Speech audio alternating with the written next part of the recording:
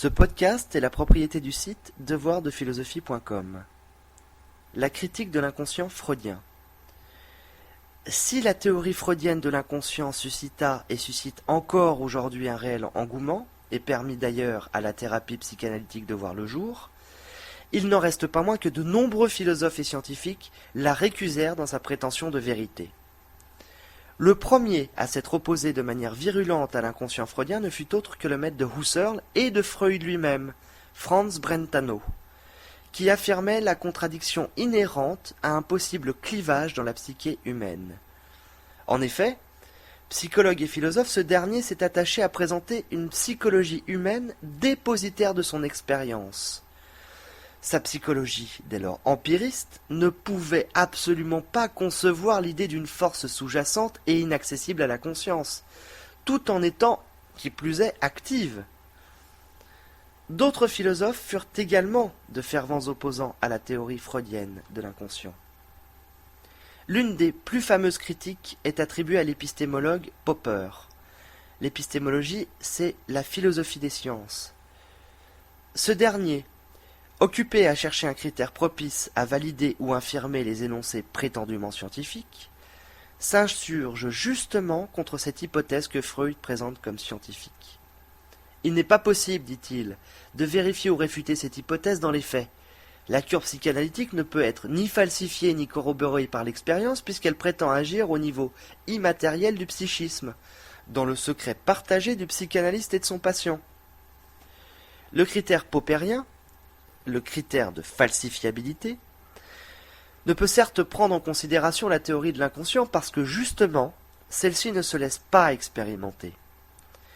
N'étant ni vérifiable ni réfutable par les faits, elle ne saurait accéder à un quelconque statut scientifique. Onfray, philosophe actuel et médiatique, est également, à l'instar de son œuvre sur Freud, un farouche opposant aux thèses freudiennes sur l'inconscient et sur la cure psychanalytique. Il ne récuse pas l'hypothèse d'une activité humaine inconsciente, mais il la replace dans le cadre d'une réflexion philosophique qu'il juge moins intéressée et hypocrite, puisque l'actualité en témoigne, la psychanalyse a fait un fort et durable commerce de la théorie freudienne. Il n'omet pas de penser que ce sont Schopenhauer, Nietzsche ou encore Leibniz qui furent les premiers à développer l'idée d'une activité inconsciente chez l'humain. Songeons enfin à Alain, l'un des plus féroces détracteurs des thèses freudiennes. Pour saisir toute la puissance critique qui anime son opposition, laissons-lui pour terminer la parole. Le freudisme si fameux est un art d'inventer en chaque homme un animal redoutable, d'après des signes tout à fait ordinaires.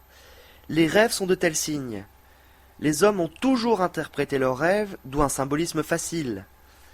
Freud se plaisait à montrer que ce symbolisme facile nous trompe et que nos symboles sont tout ce qu'il y a d'indirect. Les choses du sexe échappent évidemment à la volonté et à la prévision. L'homme est obscur à lui-même. Cela est à savoir. Seulement, il faut éviter ici plusieurs erreurs que fonde le terme d'inconscient. La plus grave de ces erreurs est de croire que l'inconscient est un autre moi, un moi qui a des préjugés, des passions et des ruses, une sorte de mauvais ange, diabolique, conseiller. Il ne faut point se dire qu'en rêvant, on se met à penser. Il faut savoir que la pensée est volontaire, tel est le principe des remords. Tu l'as bien voulu. On dissoudrait ces fantômes en se disant simplement que tout ce qui n'est point pensé est mécanisme ou, encore mieux, que ce qui n'est point pensé est corps, c'est-à-dire chose soumise à ma volonté dont je réponds.